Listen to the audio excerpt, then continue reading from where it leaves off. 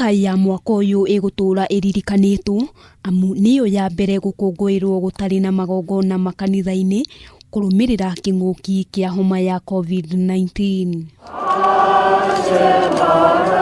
Na ta unduire tukimurika makanitha matiganite guku Nairobi na icigo ingi, makanitha megukirite ta Gatumu, gutire andu mauma kuo gukungwira muthenya uyu.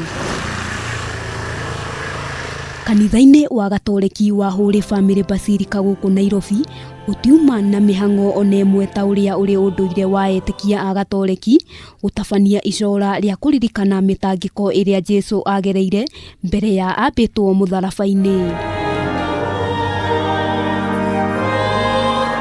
Mirango yuma mihinge netikia aria mokaga gukungwira igongona riri hatire handu mekuonekaga.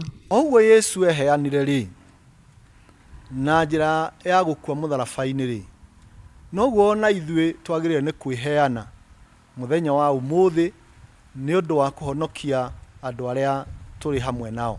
Nakuo kanitha-ini wa Anglican wa All Saint Cathedral igongona riria riuma kuo ritabanirio tu ni ahunjia hatari murumiriri ono umwe wa kanitha uyu ugwikinyetie kuo igongona-ini riri rikimemerekio imwe kwa imwe nenda-ini cio kinyaniria.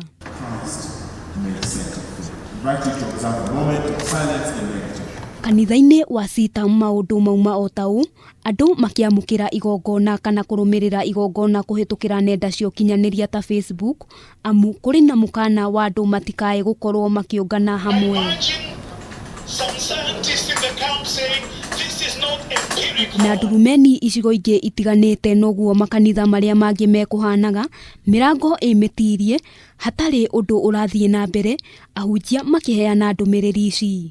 We are still strong, we move forward, we'll stand still and we'll pray. And we know the buildings are crossed, but the church, you cannot cross the church of Christ. The church of Christ is me and you, and we are very strong.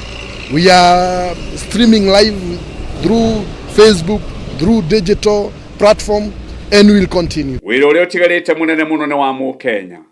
Thina uyu murona twinaguo mwathika na mwakiririria ni kuri na gikeno thutha wa thina. Nake mutongoria wa bururi Uhuru Kenyatta niendithiirie akenya mambura mega ma Bathaka kuria oritie akenya mweke uyu kuhoera bururi riri ugumirwo ni kingu'ki gia coronavirus na oho kumoria matigate mwihoko indi mathingatithie mikana iria igathikitwo ni ministry ya ugima wa mwiri. Handu-ini ha Kameme TV ritwa riakwa ni Wambui wa Njuguna.